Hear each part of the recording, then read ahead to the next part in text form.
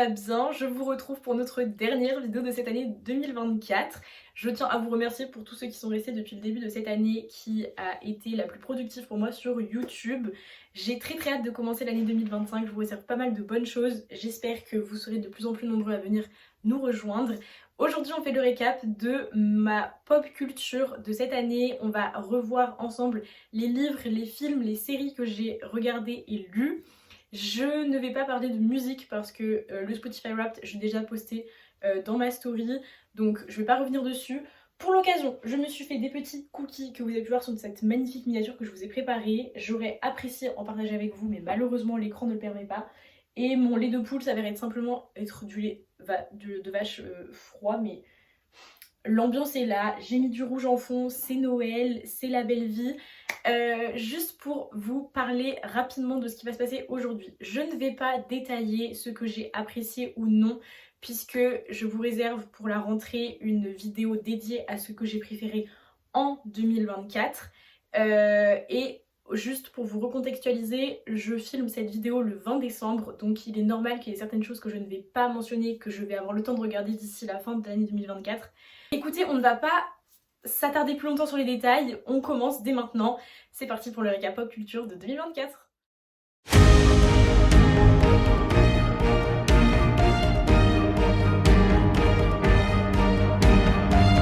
Alors, je vais commencer par les livres puisque c'est ce que j'ai le moins fait de cette année. J'ai très honte. J'ai préparé ma petite liste avec tout ce que j'ai à vous citer en espérant que j'arrive à me relire. On est sur un total, ce 20 décembre, de 36 livres lus. Alors, juste pour vous donner un petit ordre d'idée, j'ai beaucoup lu en 2020 et surtout 2021-2022. J'étais à peu près un livre par semaine, donc j'ai atteint, je pense, les 55 livres par an facilement il y a 2 ans et il y a 3 ans. Cette année, je suis à beaucoup moins, mais j'ai travaillé tout l'été.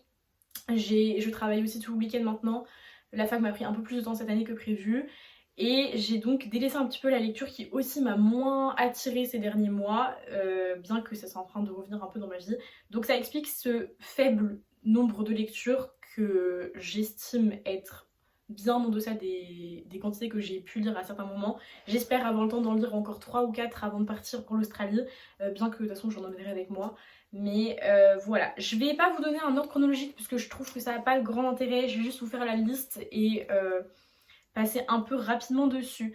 On va commencer par les one-shots. Alors, nous avons Fais-moi une place de Emma Green, Les coquillages ne souffrent qu'en été, que j'ai vraiment beaucoup apprécié. On a Parole de Swiftie, qui est un livre documentaire sur Taylor Swift. Dans le même style, on a Tout ce que vous devez savoir sur Taylor Swift. On a Nos cœurs meurtris, dont une vidéo sortira d'ailleurs sur la chaîne dans l'année à suivre pour faire la comparaison avec le film. Également Un nouvel espoir pour Noël, livre que j'ai terminé en tout début d'année puisque je l'avais commencé l'année dernière. J'ai pas trop aimé, mais bon, quand je commence un livre, je le finis toujours. 10 bonnes raisons de te détester de Emma Green. On a eu Favor, le tome 1.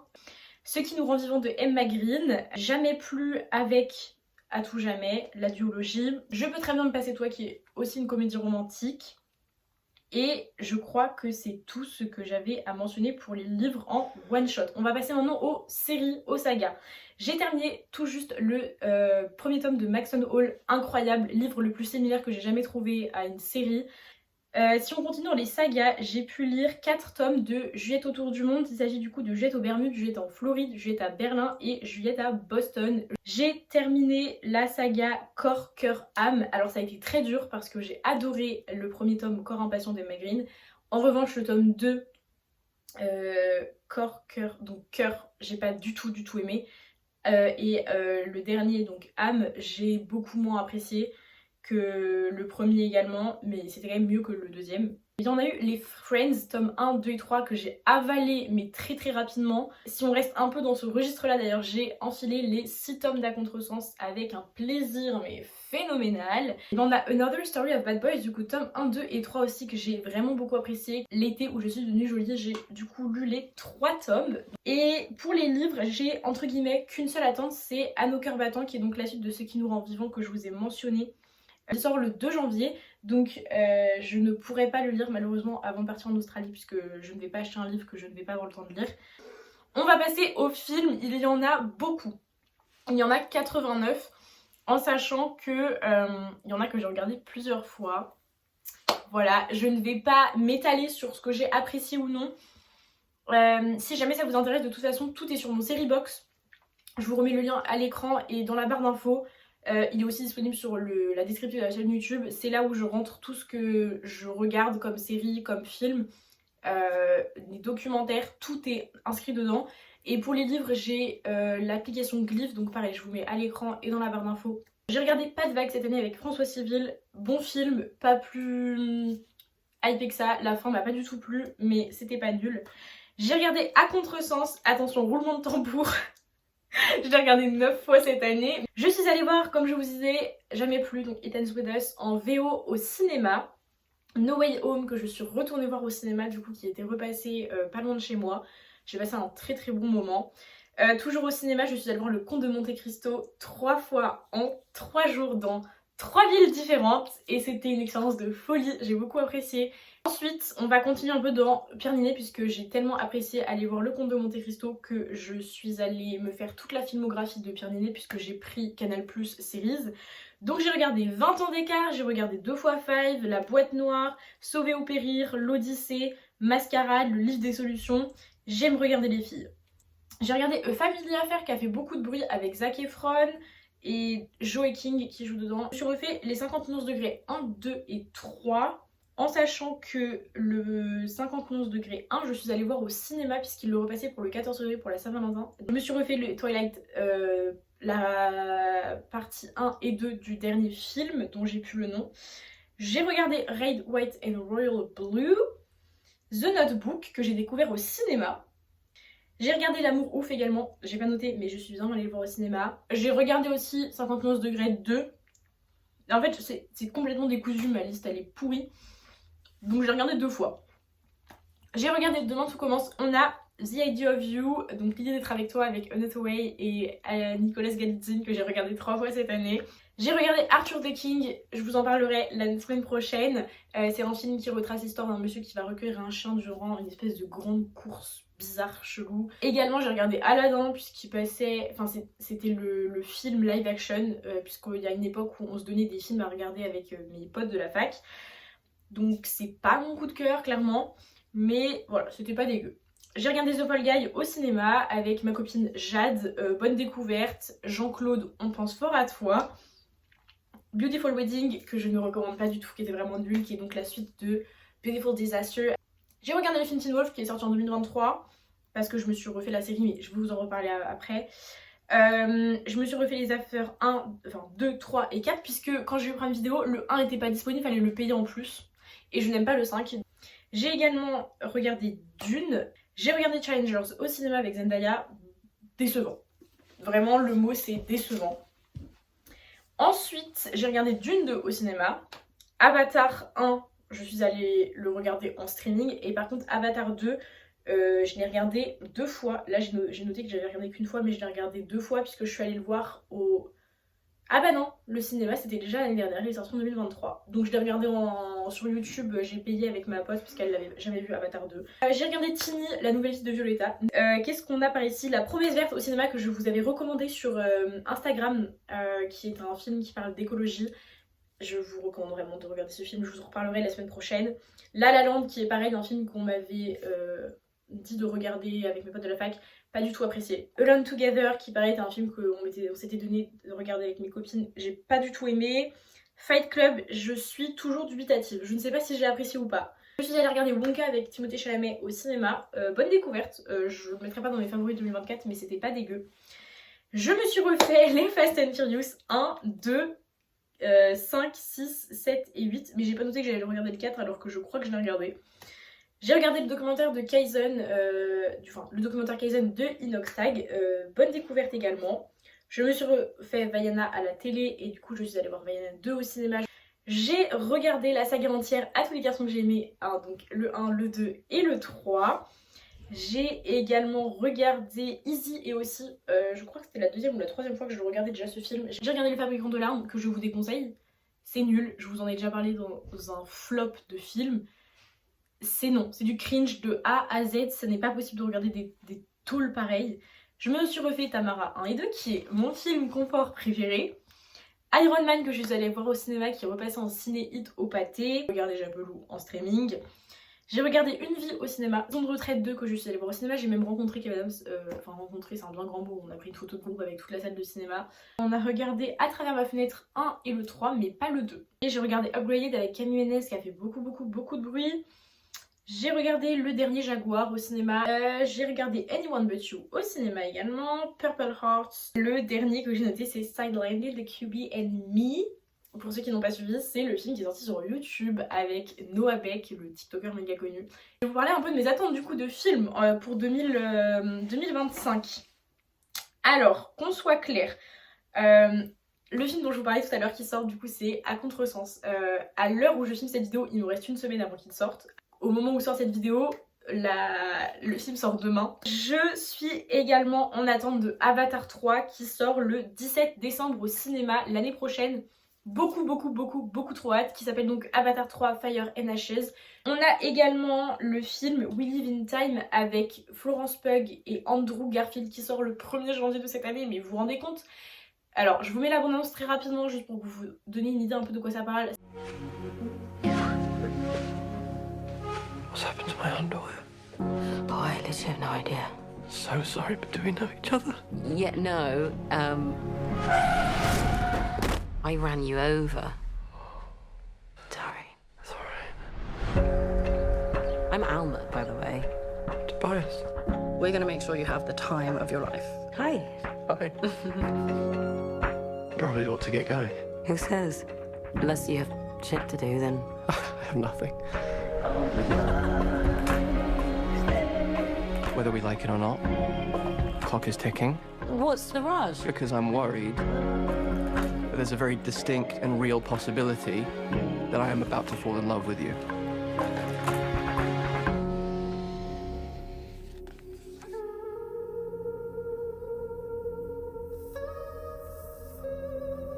I'm okay. It's okay, honestly. It's okay not to be okay. It's a lot. Hit me where the heart is. I want to feel where the new start is. If this is real. So... Show me how to love you. Tell me how to hold you. I'll be for you. I'm not interested in a treatment that accidentally wastes our time. Why are you taking the risk? I can't bear the thought of being forgotten. Show me how to